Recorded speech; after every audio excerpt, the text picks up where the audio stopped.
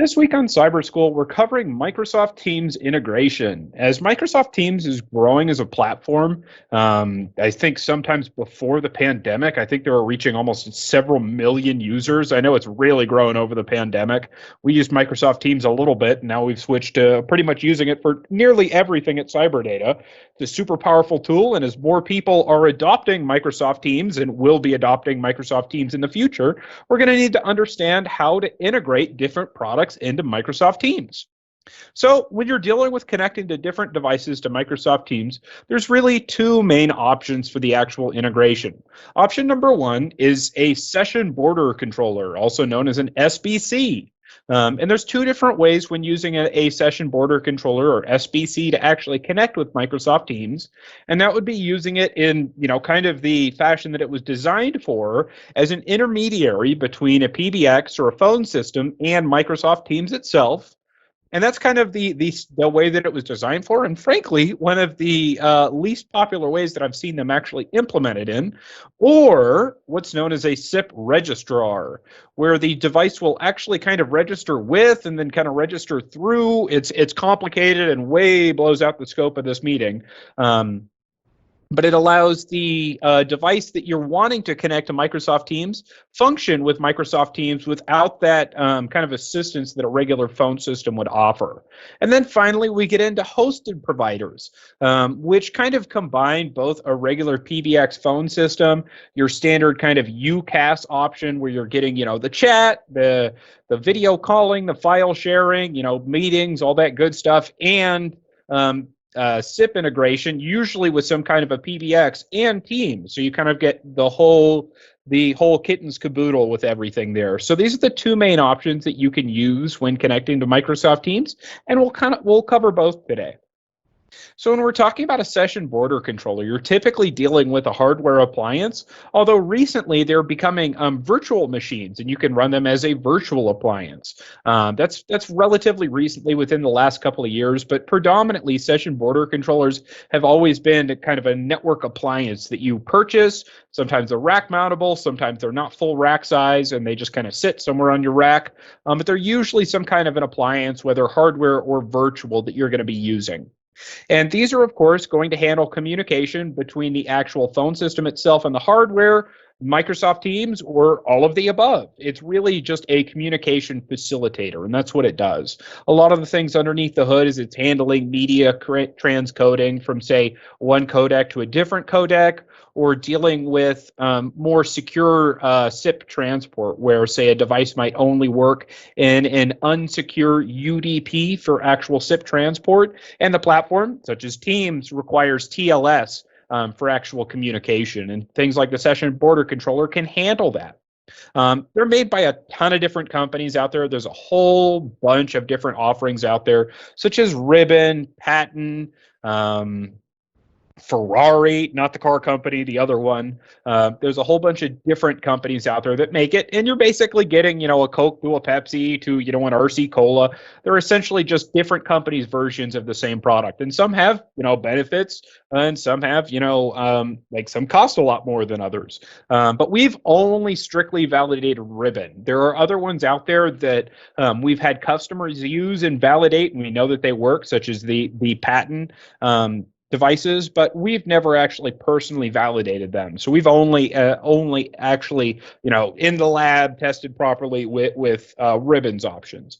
And most of these different providers that actually make the session border controllers are going to have different levels of capability, where you can get one, say, like a virtual machine that's going to be really small. It's only going to handle, say 50 sessions at one time, meaning that it can handle up to 50 devices, or depending on the unit, it might be 50 concurrent calls. It can really kind of depend on the particular manufacturer. But then they've got full enterprise level units that can handle, 5,000 upwards of 50,000 sessions simultaneously. You're really dealing with huge level stuff. Of course, most small companies aren't going to be going out and getting the very high level session border controller options where they can handle, say, 50,000 sessions. That's usually more, if your small little company is, say, like Ring Central, or, a company that's actually providing providing phone service for people, generally you're going to be sitting anywhere around the 50 to a couple thousand sessions if you're a really big company. But that's the kind of size that you can run into when you're dealing with a session border controller. So when we're talking about the connection options when you're dealing with an SBC, we've again got two main options, either your PBX integration or your SIP registrar. When you're dealing with a PBX integration, it's basically going to function kind of like how it always has, where your devices, whether they're your standard SIP phones, your CyberData speakers, your CyberData intercoms, what have you, are going to register and only communicate with the actual PBX, the local phone system. Say something like 3CX is an example. And then that phone system, 3CX again, to just kind of go with my example that I'm using here, is going to communicate directly with the SBC. So that way the endpoints themselves don't really have to worry about that. They just talk to 3CX and that's all they need to worry about. And then 3CX takes care of the rest communicating with the SBC. And then finally, that SBC will then carry on and communicate with Microsoft Teams. So it's A to B, A being the device, B being the PBX, then B to C, B being the PBX, C to the SBC, and then finally C to D. So it involves, a whole bunch of different hands in there. And this is one possible way for integration. And one reason that you would want to do this is it gives you that full PBX support and feature set. You're not going to lose any potential features by switching over to Microsoft Teams for calling. Things like call queues, ring groups, specialized voicemails after office hours, and different forwarding for office hours. All the kind of capabilities that you would expect with a phone system that you might not get through Microsoft Teams. You can still use that. You can still achieve that by using an SBC and connecting kind of local PBX. There are downsides to going this route that we'll cover a little bit later, but that's kind of option number one that when you're dealing with an SBC. The second option is using the SBC as a SIP registrar, where the device will actually register directly with the SBC, and the SBC, kind of re-encodes that and sends that over to Microsoft Teams and virtually appears as the device itself. It's kind of strange how it works underneath the hood. Literally, that could be a 2-hour talk about how it actually works underneath the hood. Really fascinating for some people, would put a lot of people to sleep. But that's kind of how that system works.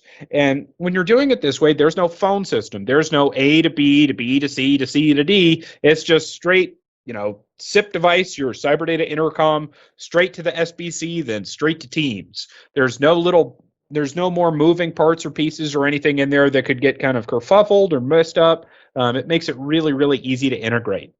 And as such, because there's less moving pieces, it's really awesome for simple setups.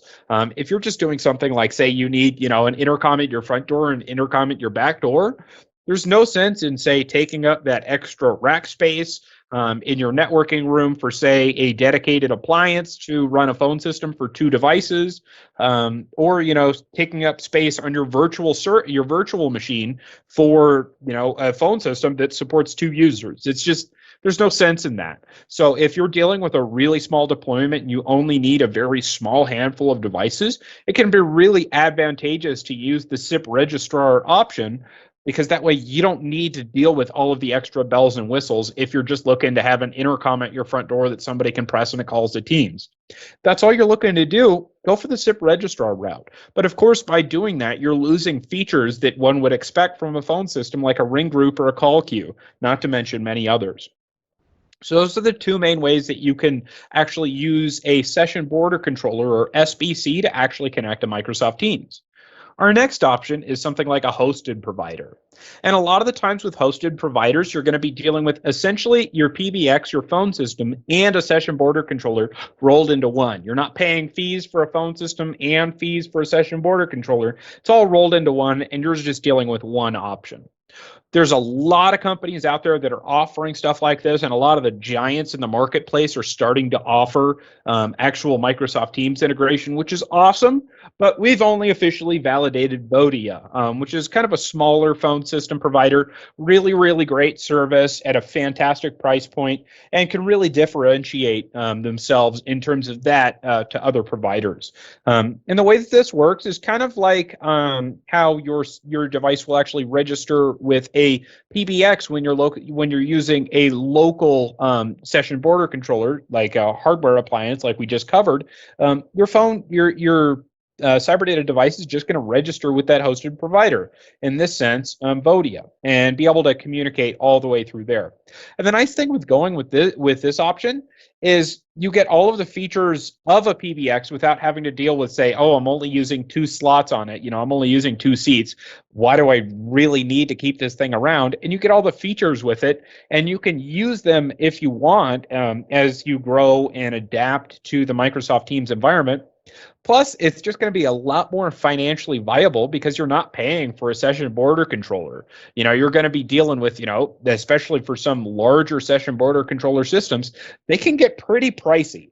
You're dealing with a pretty large capital investment to get one of these different session border controllers. So going for a hosted provider can be really advantageous if you don't have that extra capital laying around to potentially use on something like a session border controller. So a hosted provider like Vodia, can be really advantageous. So when you're dealing with an actual hosted provider, again, the device is just going to register directly to the provider, just like if you were using them, say, without communicating to Microsoft Teams.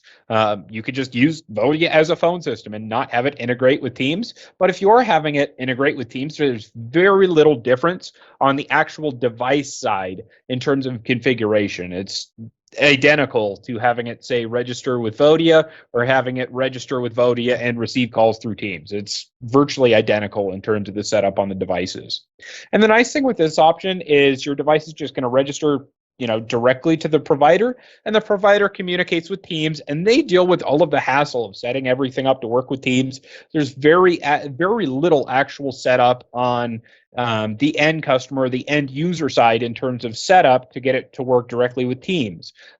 Although in most instances, you're going to need what in the Microsoft world is referred to as direct routing, which means it gives different users on Teams a phone number that can be dialed from, say, your cell phone or any other thing that can actually dial. And then just to get up to that level where you need that direct routing, you're going to need special Teams licenses. There's a whole bunch of stuff underneath the hood that you need to do to actually get it to work directly with Microsoft Teams, which you're not really going to get away with by using, say, either a hosted provider or a local on-premise system. It's a Microsoft thing, not really your choice of integrating. It's just kind of one of those, things that Microsoft slaps on. But one thing to be cognizant of, if you're going to be using a hosted provider to integrate with Teams, is you're going to have some features that are really, really going to double up with Microsoft Teams. A lot of the hosted providers now are kind of a UCaaS solution, or what's known as a unified communications as a service provider. So they're going to be offering effectively the same things that Teams offers, where you get that instant chat communication, kind of like, instant messaging. You get your file sharing, you get your web meetings, even, remote desk capability like you get through Microsoft Teams. So you might kind of be doubling up if you go with a hosted provider because you're paying, a monthly fee to use their service. And, in some cases, you're also paying for Microsoft Teams and getting the exact same features. So that's one kind of downside of going with a hosted provider, is sometimes you end up paying for features that you don't really need because you're using Microsoft Teams and you're trying to use Microsoft Teams. You don't really want to pay for features you're not going to use. So which is better, when you're dealing with either option. And really, it's not just as simple as, oh, go with a session border controller. You don't want a hosted provider, or you don't want you don't want a session border controller and all the things that come with managing that. Go with a hosted provider. It's really not that simple, and it kind of depends on each individual user. So some of the things that you'll run into when you're picking a session border controller is a lot of the times these things are not cheap to get started. You're dealing with a couple $1,000s, upwards of tens of thousands of dollars for the larger enterprise units. That can be kind of a large startup cost where you just have to buy one of these things outright. And even if you buy it outright, then you got to deal with all the extra licensing. Sometimes they have reoccurring fees. Sometimes it's not just a one-time fee and you're done. Sometimes you got to, they want to check every month or every year, annually, or 6 months, or, what have you. Sometimes you have to pay for services. So, That's one of the things there. But one of the nice things with the session border controller is a lot of the times it's a, kind of a large one-time fee and then a small reoccurring fee, if any. And you get to maintain the hardware on your own, which is, if that's something that you've got a team that's capable of doing, something like that can be really advantageous for those tech nerds. They get something else to play with, and sometimes that can just be fun for them. It can be a challenge when stuff doesn't work because it's more parts and pieces for them to deal with instead of calling somebody to deal with it. But sometimes that can be advantageous for the right people, versus a hosted provider where you're dealing with a small to no startup fee when you get started. You're basically just going to be dealing with your system fees. Sometimes, there's like, $100 fee or something you got to pay to get started. And then, it's like 5, 10, $15 a month per line. So, you're dealing with kind of a small startup fee in comparison to a session border controller, but then you're going to be dealing with that monthly reoccurring fee for the service. It's something that when you go for a hosted provider, you're kind of locking yourself in, kind of like you do with like a cable provider or a TV provider. You're locking yourself in at a monthly fee no matter if you're using that service a lot or not. You're not, it's not pay per minute or anything like that. You're locking yourself into a fee, and those are going to be reoccurring fees every month or every 6 months depending on your contract. And one nice benefit to that is there's no routine maintenance costs. They just update your platform. They probably won't pass those fees on to you. If the hosted provider that you're working with wants to go and upgrade all of their session border controllers and they're dropping hundreds of thousands of dollars on those, they don't pass that on to you. You don't have to pay that. Whereas if you've got a session border controller and you expand and say you're going from 250 active sessions to 1,000 active sessions, you got to buy that new session border controller. As compared to a hosted provider where you just keep paying that monthly fee. Oh boy, $10 a month, that ain't bad. So that's just some of the things to consider there. And when you're dealing with a hosted provider, you get all of the features of a phone system. And if you're just dealing with a session border controller, depending if you're keeping a phone system, if you're going the SIP registrar route, you might get features, you might not. It really kind of depends on your setup. So, it really kind of depends for the individual user and what you want out of the system to really help you pick which potential option for integrating with Microsoft Teams is going to be right for you. But one thing we haven't really touched on, and we've talked about briefly, is like, okay, Microsoft is going to want a cut of this. What does where does Microsoft come in? So most of the time when you're dealing with either a session border controller or a hosted provider, you're going to get hit by fees from Microsoft for direct routing. That's usually an additional fee. Sometimes that can be rolled in with higher level licenses when you get an actual Teams integration, but that's going to be a cost there, and that can be it depends on the licensing and all that kind of stuff. But there's usually a cost for direct routing, and all that direct routing allows is for you to basically make calls to regular phone numbers outside of through Microsoft Teams, whether it's calling your cell phone, not the Teams app, your actual say like Verizon, Sprint, if they a thing, or like T-Mobile, actually calling like proper phone numbers instead. In this case, calling to CyberData products. And one of the main things that you'll need for that is what's known as an E3 license on Microsoft Teams. So that gives you that kind of capability to be able to call, you get your direct routing, all that kind of stuff. And that can be pricey. And that's a yearly license fee you got to pay. So, Microsoft needs their cut too. They're giving everybody Microsoft Teams for free. And if you really want to use it, you got to pay. So that's just some of the stuff that's related to Microsoft, but that's not all for the fees, because for most of the setups, whether you're dealing with a regular session border controller or a hosted provider, you're also going to need what's known as a routable fully qualified domain name, or FQDN. And that basically allows Microsoft Teams, instead of pointing to an IP address, they're pointing to, say, like a web address. That can actually direct the traffic to that session border controller or from Teams to that particular hosted provider. So it's just some things to consider. It's not just, oh boy, it's only $10 a month from this provider, and I only need 2 lines, so that's $20 a month. That's not it. There's more fees in there. It's unfortunately it's never just quite that simple. There's everybody's got to get paid, and Microsoft wants their cut at this point too.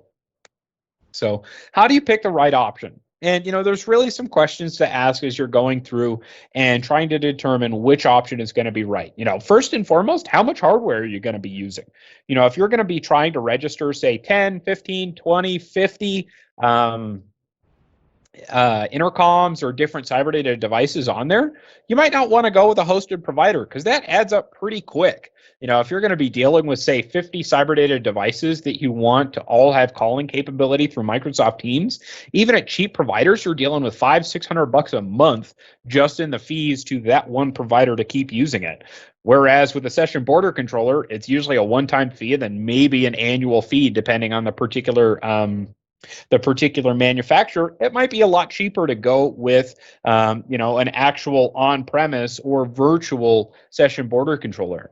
But on that same angle, do you actually want to manage that hardware? Do you want to deal with that on your own, or do you have the staff and people that have the knowledge that are capable of dealing with this, or do you have, somebody that you can throw money at them to, take that problem and make it go away? So, that's kind of two of the things that you want to think about, is how much hardware you're going to be using.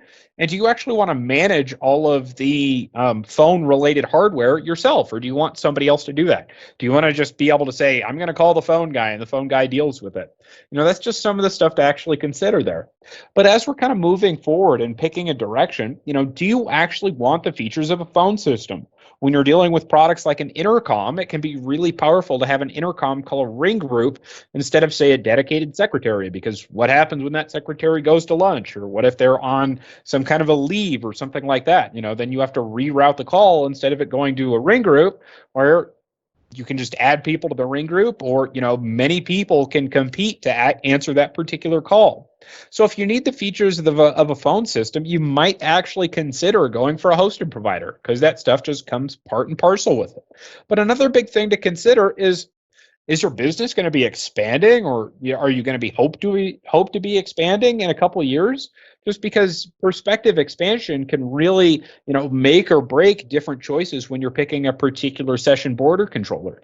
Say if you've got say 250 devices that you're going to want to be using on a particular platform, say through Microsoft Teams, and you're going to use a session border controller for that. Okay, you're limited up to 250 devices, and you've already got 250. So let's say you expanded a couple years, you're able to 2x your sales and you get another building, and then you need another 100 phones. Then you have to go buy another session border controller or another device that can handle that as an intermediary. And it just gets the financial stuff can really add up there. So sometimes if you're not really sure what's going to be going on with your company and you might not have the financial capital to invest in something like a session border controller, a hosted provider can be really good because they give you that expansive capability where you just call up your rep and you say, hey, I need another 10 or 15 lines, and they tack it onto your bill. And that's that. You don't have to deal with the headache of expanding and, oh no, I hit the max number of limits on my session border controller. What do I do now? You just call your phone guy and they deal with it, and then they send you a bill. So there's no real right option when you're picking a way to integrate with Microsoft Teams, but hopefully you learned about the different options that are out there today. Thank you for watching this edition of CyberSchool. If you have any questions, please get in contact with our sales department. They are available by email at sales@cyberdata.net or by phone at 831-373-2601 extension 334. Please make sure to like this video and subscribe for more content like this from CyberData.